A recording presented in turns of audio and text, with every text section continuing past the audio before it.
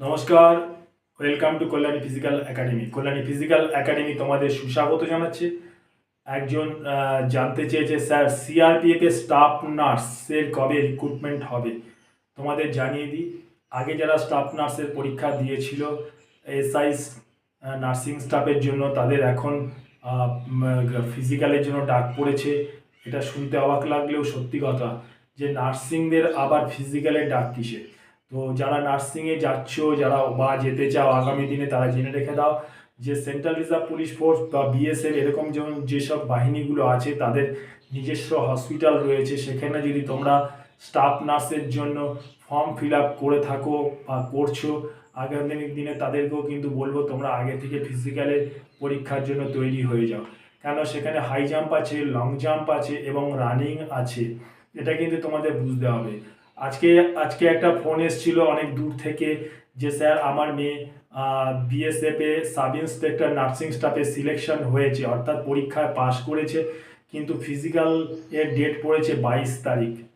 BSF ক্যাম্পে, জায়গাটা উল্লেখ আমি করলাম না কেন পরীক্ষা যেহেতু তার হয়নি এখনও। সুতরাং এই 22 তারিখে তার বিএসএফ ক্যাম্পে ডাক পড়েছে নার্সিং স্টাফের জন্য। ও সেখানে গিয়ে সে পরীক্ষা দেবে, তার আগে তার ফিজিক্যালে তৈরি করতে হবে।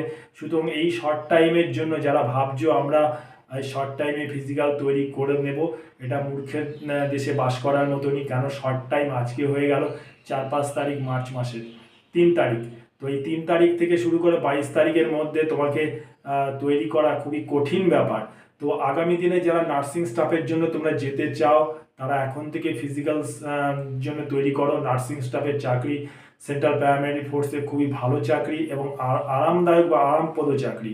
কারণ অন্য অন্য যেমন বাইরের চাকরিগুলো রয়েছে, এইমস রয়েছে, বিভিন্ন হসপিটালে যেমন নার্সিং স্টাফদের যেমন চাপ থাকে, সেই চাপটা কিন্তু সেন্ট্রাল প্যারামেডিক ফোর্স বা ডিফেন্স হসপিটালে তো অত থাকে না। সুতরাং তোমরা এখন থেকে ফিজিক্যালে তৈরি করতে চাও তো আসতে পারো কল্যাণী ফিজিক্যাল একাডেমিতে, যারা নার্সিংয়ের জন্য তোমরা প্রিপারেশন নাও। তো এই ব্যাচটায় তোমাদের যখনই এই ভ্যাকান্সিটা পুরো হয়ে যাবে, নেক্সট ভ্যাকান্সিতেই কিন্তু আবার নতুন করে নার্সিং স্টাফের জন্য ভ্যাকান্সি বেরোবে, এটা তোমরা কনফার্ম থাকতে পারো। আশা করি ব্যাপারটা বুঝতে পেরেছো। চ্যানেলটা সাবস্ক্রাইব করবে। জয় হিন্দ, বন্দে মাতরম।